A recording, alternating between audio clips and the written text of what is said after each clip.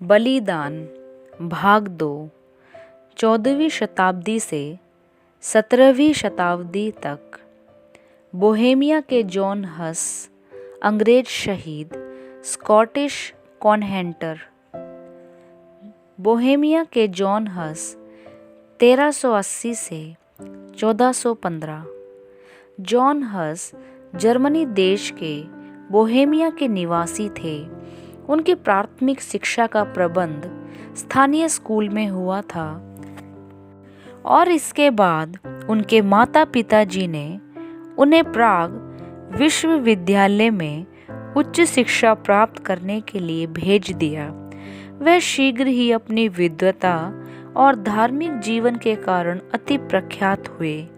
इधर ब्रिटानिया में अंग्रेज सुधारक विकिल्फ ने समाज सुधार की ज्योति इतनी प्रज्वलित की थी कि उसका प्रकाश बोहेमिया तक पहुंच चुका था।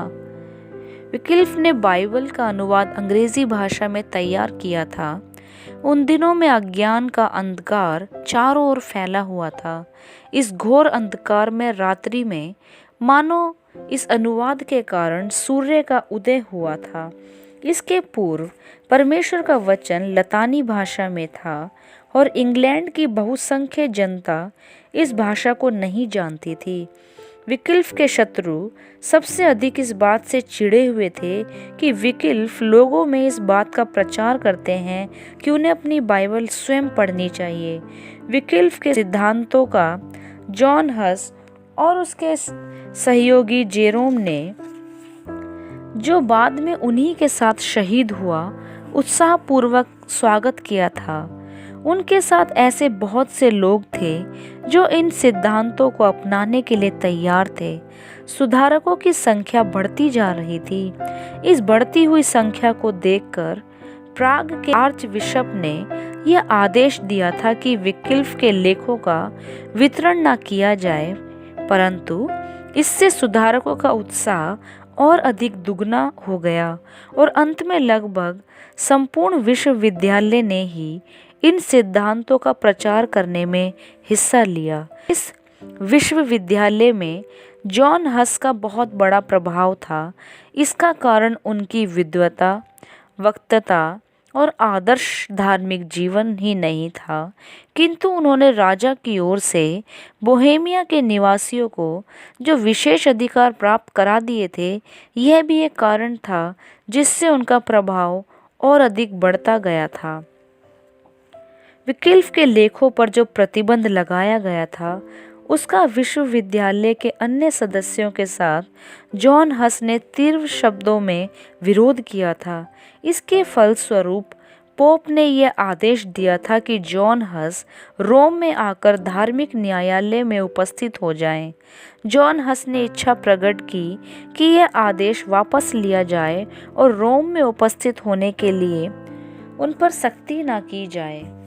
संपूर्ण बोहेमिया में जॉन हस के लिए इतना अधिक आदर था कि स्वयं राजा, रानी, विश्वविद्यालय तथा अन्य प्रतिष्ठित व्यक्तियों ने भी पोप से ये विनती की कि जॉन हस को रोम में उपस्थित होने के लिए ना बुलाया जाए, परंतु उनकी ये विनती ठुकराई गई और पोप ने उनको और उनके साथियों को बहिष्कृत घोषित किया।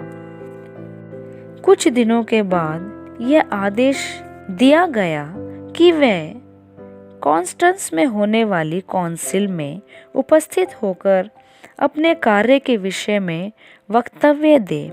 जॉन हस के शरीर को किसी भी प्रकार का खतरा न पहुंचे, इसलिए राजा सिजीमंड ने एक रक्षा पत्र उनके पास भेज दिया, जिसमें यह आदेश दिया गया था कि काउंसिल का चाहे कुछ भी निर्णय क्यों ना हो, परंतु जॉन हस के शरीर को किसी भी प्रकार की हानि ना पहुंचाई जाए और उन्हें सुरक्षित वापस आने दिया जाए।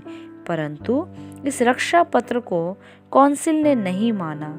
जब उन्हें पता चला कि जॉन हस कॉन्स्टेंस शहर में आ गए हैं, तब उन्हें तुरंत गिरफ्तार कर जेल में ठूंस दिया गया। काउंसिल की सभा शुरू होने के बाद जॉन हस को काउंसिल के सामने खड़ा किया गया। उन पर यह दोष लगाया गया कि वे धर्म विरोधी हैं और यह दंड सुनाया गया कि उन्हें जीवित जला दिया जाए। यह दंड सुनाने के बाद उन्हें एक गंदे जेल में ठूंसा गया।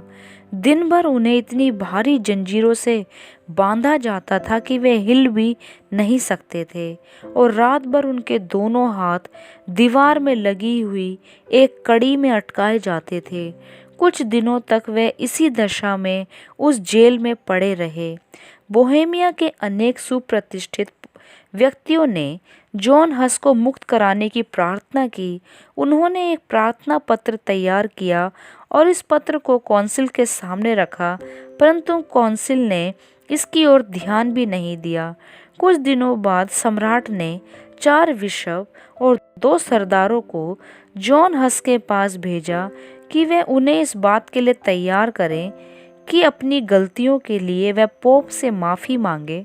परंतु जॉन हस ने परमेश्वर को साक्षी रखते हुए आंसू भरी आंखों से कहा कि सच्ची कलीसिया के विश्वास के विरोध में या परमेश्वर के वचन के विरोध में उन्होंने ना कभी कुछ कहा और ना कुछ लिखा है। जब शिष्टमंडल ने कौंसिल के अधिकार और ज्ञान की चर्चा की, तब जॉन हस ने अति नम्रता पूर्वक निवेदन किया कि कौंसिल का छोटे से छोटा सदस्य उनके पास आए और परमेश्वर के वचन के द्वारा उन्हें ये विश्वास दिलाए कि उनके सिद्धांत वचन के अनुसार नहीं है, तो वे अपना न्याय उनके हाथों में सौंपने के लिए तैयार है। जॉन हस के इस नियोचित उत्तर का कोई भी उपयोग नहीं हुआ, और जब शिष्टमंडल ने यह देखा कि किसी भी प्रकार जॉन हस के विचारों को बदलना उनकी सामर्थ्य के बाहर है, तब वे उनके अडिग विश्वास पर विस्मित होते हुए वहां से चले गए। 4 जुलाई को अंतिम बार उन्हें कौंसिल के सामने बुलाया गया। उन्हें यह आदेश दिया गया कि वे अपने विश्वास का त्याग करें।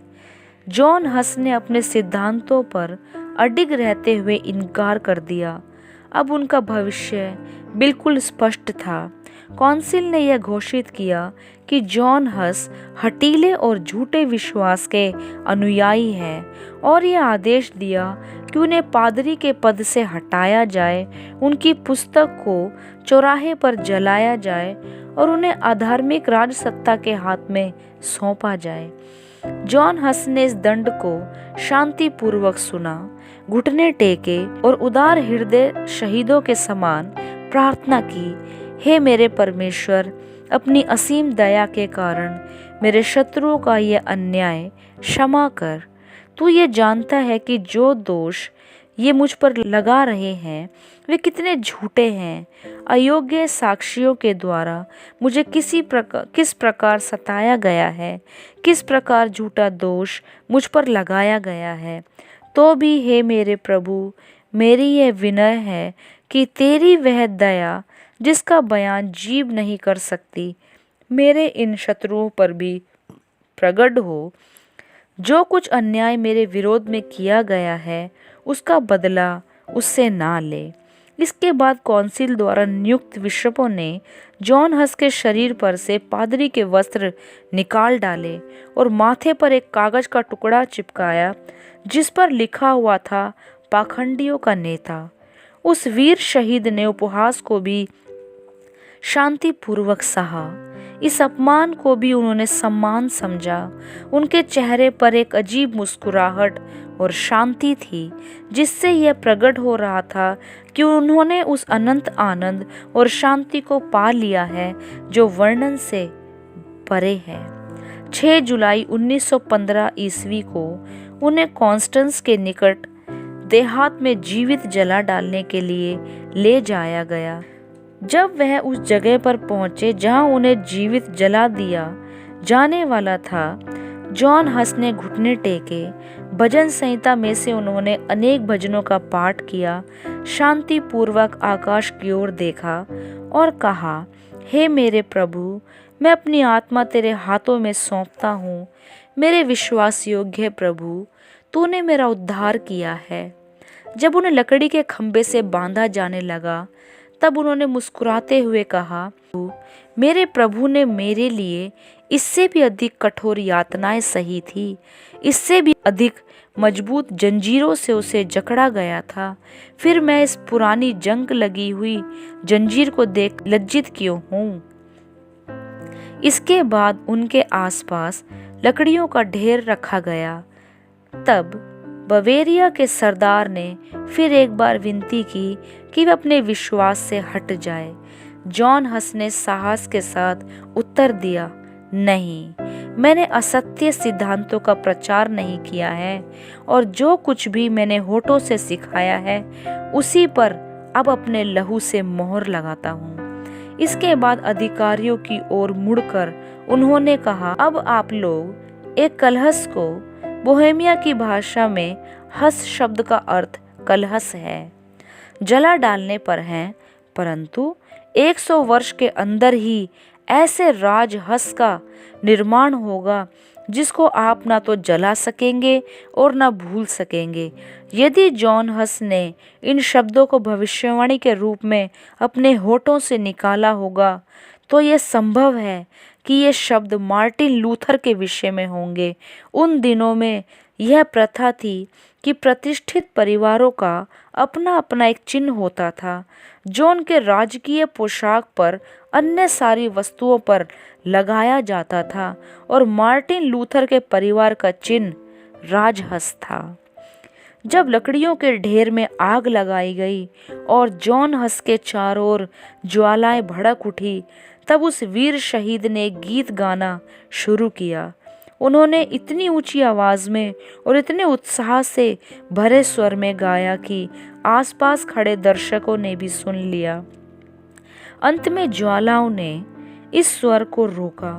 उनका शरीर ज्वालाओं के कारण भस्मीभूत हुआ, परंतु उनकी अमर आत्मा ज्वालाओं को पार करते हुए अनंत सनातन महिमा के क्षेत्र में पहुंच गई।